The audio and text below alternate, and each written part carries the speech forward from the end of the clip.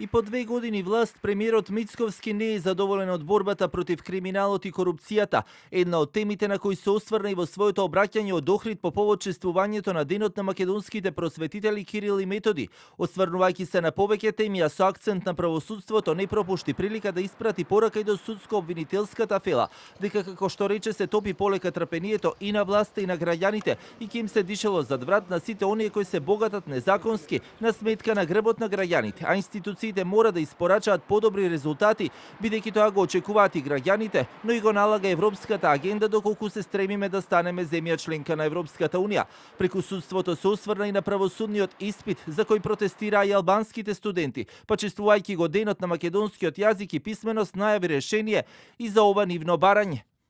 Затоа многу брзо ќе дојдеме до решение кое треба сите да го поддржиме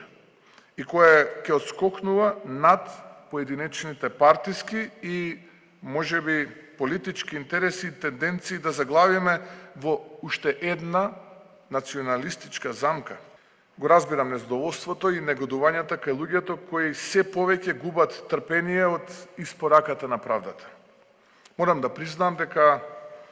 и јас не сум до крај задоволен и сметам дека може многу подобро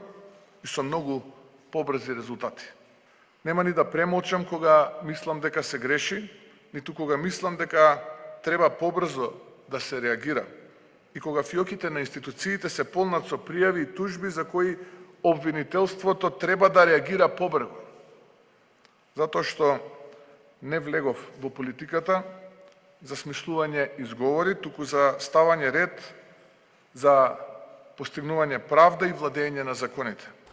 Борбата против криминалот и корупцијата неколку пати беше нотирана како недоволно успешна со само 2% доверба и во извештаите на Европската унија. Од друга страна, иако Државната комисија за спречување корупција изготви нова стратегија 2026 до 2030 за спречување корупција, само изминатиот период имавме случаи во самата антикорупцијска кои укажуваа на судир на интереси, што резултираше со оставка на член на ова тело, а претходно актуелен беше и случајот Адитив за одавање на службена тајна, кога оставка поднесе поранешната председателка Татјана Димитровска. Годинава беше избран и новиот јавен обвинител Ненад Савески. Власта изборот го правдаше со, како што велеа, застарени предмети и такви кои се чувале во фиока подолг временски период останати од претходниот систем, а беа направени измени во Законот за јавно обвинителство, каде дел од експертската јавност реагираше дека тоа е само проформа или шминка на веќе видени измени од претходните законски решенија. Дел од судско-обвинителската фела, но и експертите реагираа и во делот на платите, прописите по кои се бира републичкиот обвинител, а дел од аналитичарите изразија сомнеш дека ова законско решение ќе може да промени нешто.